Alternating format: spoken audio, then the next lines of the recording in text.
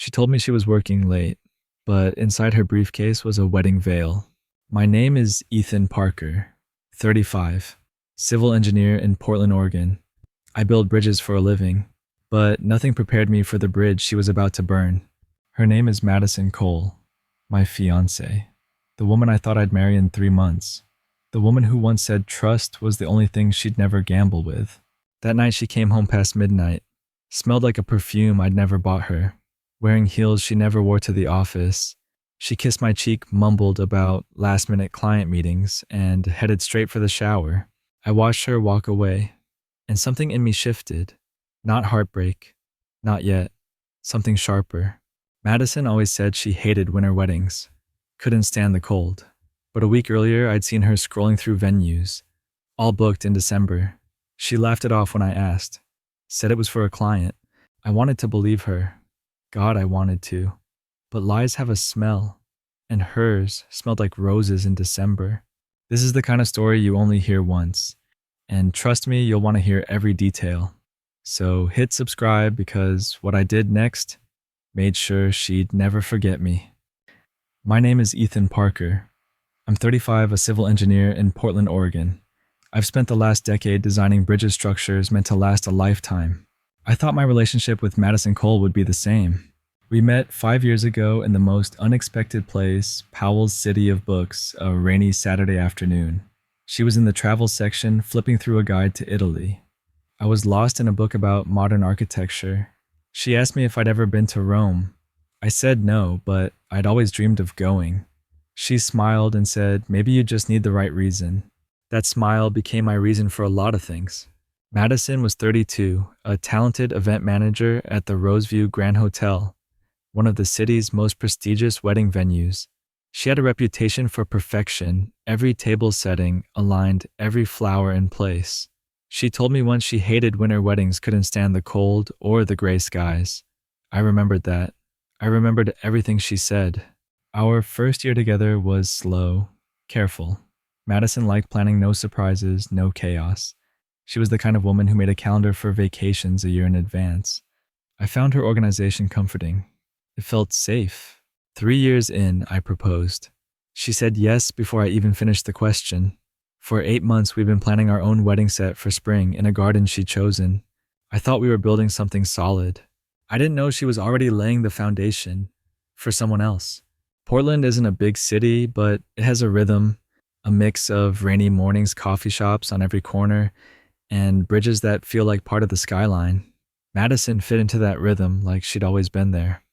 We became that couple people noticed. Sunday mornings at Stumptown Coffee her with a latte me with black coffee. Afternoons walking along the Willamette River, talking about everything from work stress to dream vacations. Evenings cooking together in my apartment on Hawthorne Boulevard. Music, low wine glasses, half full. Madison's world was events dinners, galas, weddings at the Roseview Grand Hotel. She'd tell me stories about nervous brides, last-minute disasters, and how she always fixed them. She thrived under pressure, always in control. We didn't just fit each other's lives, we built them together. When my schedule was tight, she'd show up at my office with lunch. When she worked late, I'd leave takeout waiting on the counter. We had a rhythm of our own, one that felt unbreakable. Her friends liked me. My friends liked her. Even my mother's best friend once said she's the kind of woman you don't let go of. And I believed that. I believed every smile, every promise, every carefully planned detail of our future.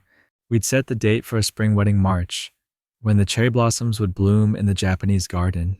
She'd picked a soft palette blush, pink ivory and sage green. Everything was set. At least, I thought it was. It started small.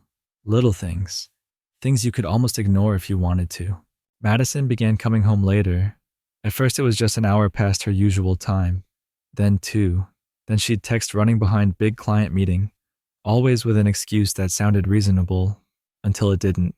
One Tuesday night, she walked in wearing a deep red dress I'd never seen before. Elegant. Expensive. Not the kind of thing you wear to meet a client in the middle of a rainy Portland evening. Her heels clicked against the hardwood, echoing louder than they should have. She smelled different too. Not her usual soft jasmine perfume. This was something heavier, richer. It lingered in the room long after she passed. I asked how her day was. She smiled tight, practiced, and said, "Busy but good." Then she disappeared into the bedroom to change, shutting the door softly behind her. Madison had always been open about her schedule. She'd text me her meeting times, call me between appointments. Now her phone stayed face down, her answers clipped. One night, I reached for her phone to check the time.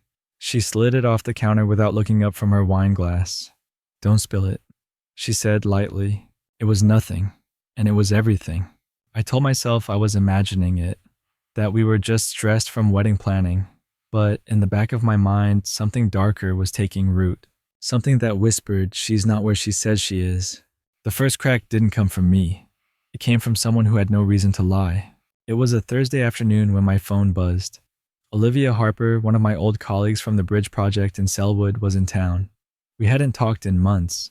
Her message was short. "Hey, just saw Madison downtown. Didn't know you two were out for lunch." I frowned. I wasn't downtown. I was at the office, buried under blueprints. I called her back. Olivia sounded casual but curious. She was at Noble Rot Wine Bar, she said. I was grabbing a table for my client meeting. She was already there with some guy. Tall, dark suit. They were laughing. The words hung there heavier than they should have been. I asked if she was sure it was Madison. She didn't hesitate. Positive. She was wearing that cream blazer you posted on Instagram last month. Looked nice, by the way. I thanked her, kept my voice even, and hung up. Then I sat there staring at my desk for a long minute. Noble Rot wasn't the kind of place you popped into after work. It was the kind of place you booked. Intimate tables, soft lighting, a wine list that could empty your wallet in an hour. And Madison hated wine, or at least she used to. It was nothing concrete, just someone else's words. But it was enough to turn the whisper in my head into something louder. She's not where she says she is, and someone else knows it. 2 nights after Olivia's call, the truth started to take shape. It was Saturday evening. I was fixing a leaky faucet in the kitchen when my phone buzzed again. This time it was Derek, my best friend since college. No pleasantries, no warm-up. Just a photo. Madison, standing in front of a full-length mirror at Evermore Bridal on Burnside Street. She was wearing a strapless ivory gown, her hair pulled back, a look of focus in her eyes. Not the kind of look you have when you're helping a client pick a dress. Next to her stood a man. Tall, dark suit, the same description Olivia had given me. He was holding a suit jacket over one arm, watching her like she belonged to him. Under the photo, Derek had typed, "Ethan, what's going on?" I stared at it until my vision blurred. Evermore Bridal was less than 2 miles from my apartment. Madison had walked through those doors, tried on a wedding dress, and let another man be part of that moment. I didn't text Derek back. I didn't call Madison. I just saved the photo. It wasn't proof of betrayal. Not yet. But it was the first undeniable crack in the stories she'd been selling me. And somewhere deep down, I knew cracks like that don't close. They split wide open. This was no client meeting. No innocent coincidence. This was something else. After Evermore Bridal, I couldn't just sit still. I needed answers, but I wasn't going to tip my hand. Madison's late nights had a rhythm. Tuesdays, Thursdays, sometimes Saturdays. Always the same excuse big client can't reschedule. I started making notes, dates, times, excuses on a small pad I kept in my desk drawer. Then I pulled traffic cam data from the city's public archive. It's not hard when you've spent a decade working with infrastructure. Her silver Lexus showed up every time, but not anywhere near the Roseview Grand. Instead, it was parked at Hawthorne Lofts, a luxury apartment complex across the river. I drove by one Thursday night, keeping my headlights off as I turned the corner. There it was, her car in a visitor spot near the entrance. No sign of her inside. Lights in a third-floor unit glowed faintly behind sheer curtains. I didn't go in. Not yet. I just sat in my truck watching, memorizing. Every move she made was another thread I could pull later. By the time I drove home, I had a different kind of calm. The kind that comes when you stop wondering and start planning. Madison wasn't where she said she was. Now I knew where she really went. And soon, I'd know exactly who she was with. The next step was simple. Find out who lived in that third-floor unit at Hawthorne Lofts. A quick search through public property records gave me a name, Lucas Reed, 38, real estate developer, a man with a clean LinkedIn profile and the kind of smile that sells million-dollar condos. I'd never heard of him before, but Madison had. A week later, over coffee with Derek, the missing piece fell into place. Derek remembered Lucas. He had seen him years ago at a New Year's Eve party Madison hosted long before she met me. Back then, Lucas wasn't just a guest. He was her boyfriend. And not just any boyfriend, the one who dumped her for a better opportunity in California, the one she swore she'd never speak to again. Now he was back in Portland, and she was parking her car outside his building 3 nights a week. I pulled up his business profile, scrolling through photos of him at networking events, ribbon cuttings, charity galas. In more than one, I spotted a familiar cream blazer in the background. Madison. The pieces were lining up too neatly to ignore. This wasn't random. This wasn't innocent.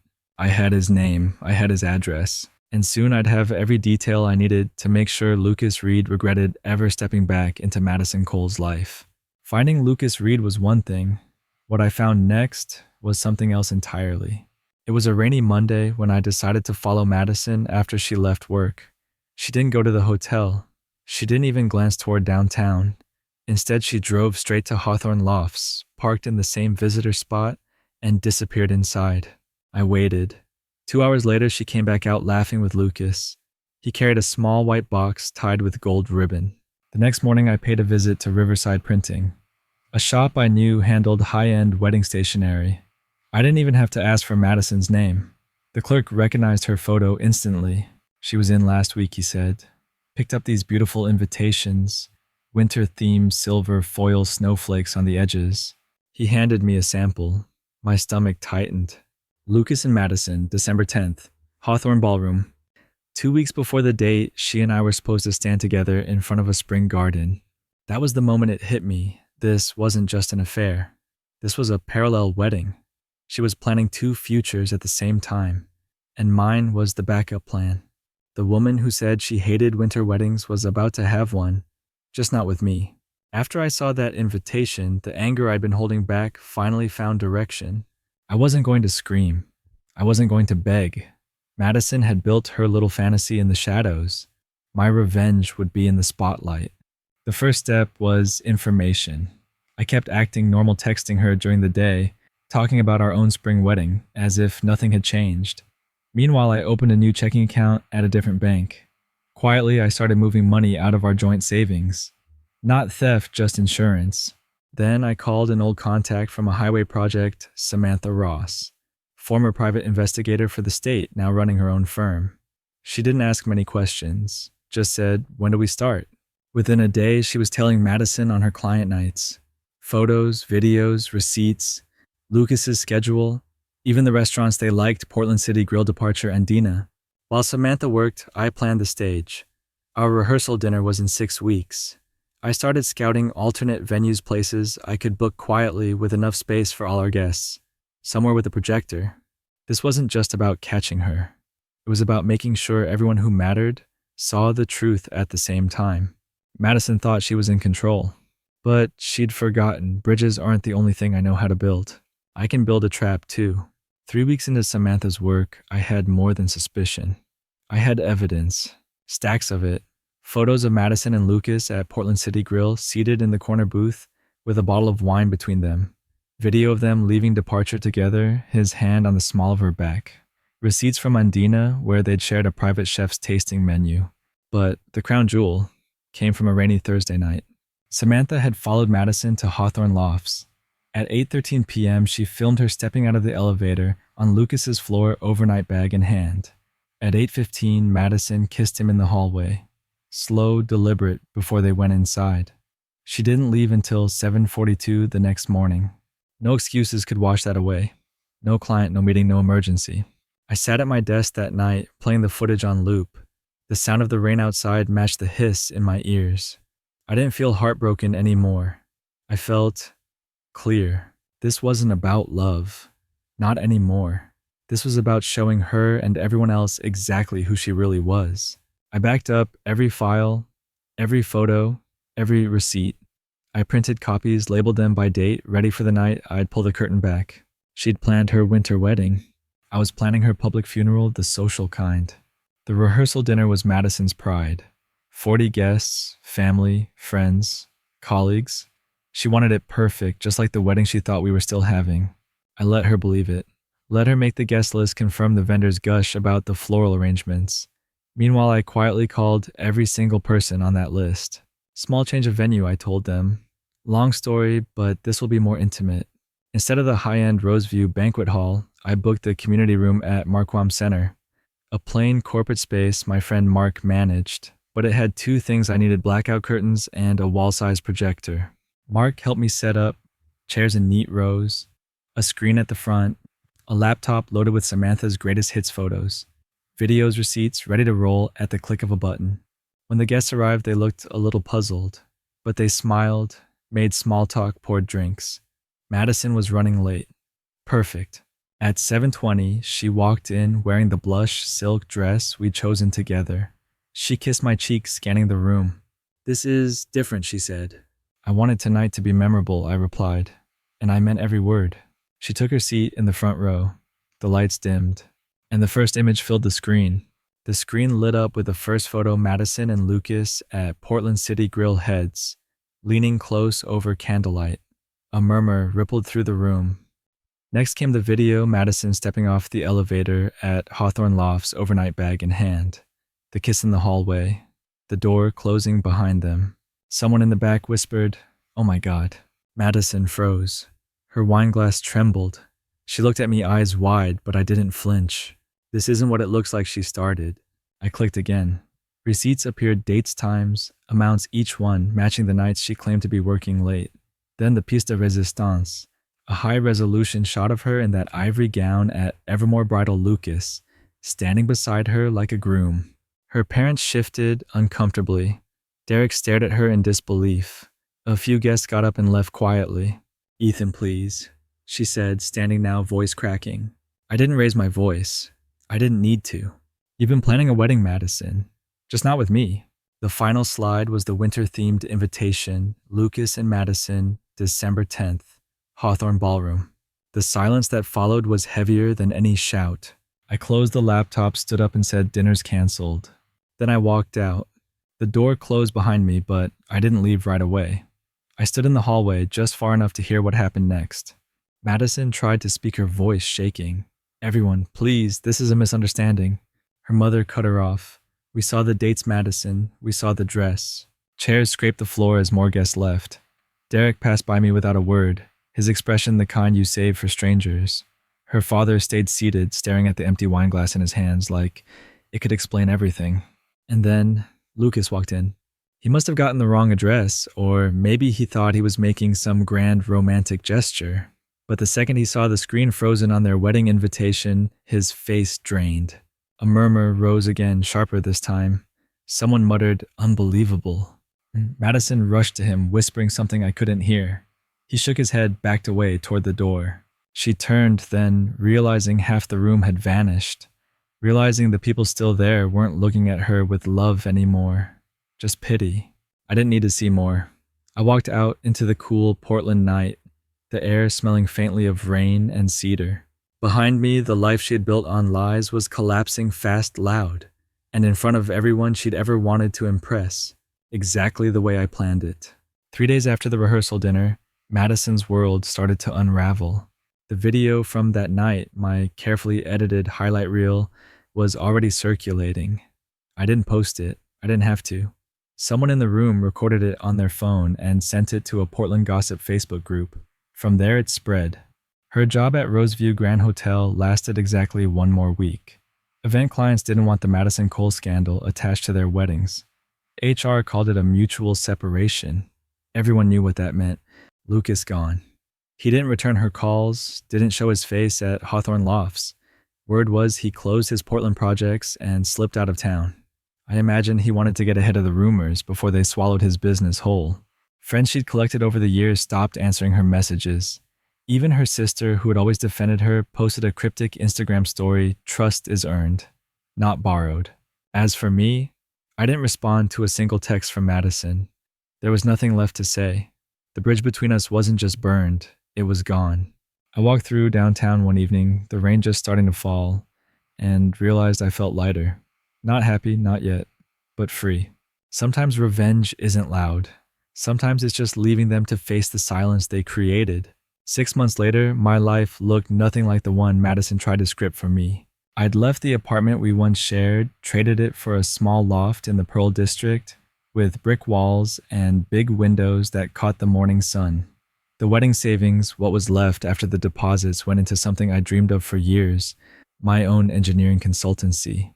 Work was steady, clients respected me, and for the first time in a long time, I respected myself.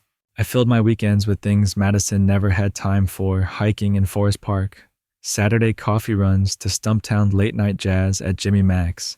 The silence that used to feel heavy now felt clean. Friends came back around, not because I chased them, but because they saw I wasn't living in her shadow anymore. I never saw Madison again, but every now and then, someone would mention spotting her in a quiet corner of the town alone. I didn't ask for details. The past didn't need my attention anymore. If you're listening to this and you've been burned, betrayed, let me tell you something. The best revenge isn't the night you expose them. It's the years you spend building something better without them. And if you want to hear more stories like mine, real, raw, and unfiltered, hit that subscribe button. Because trust me, there's always another story, and you won't want to miss the next one.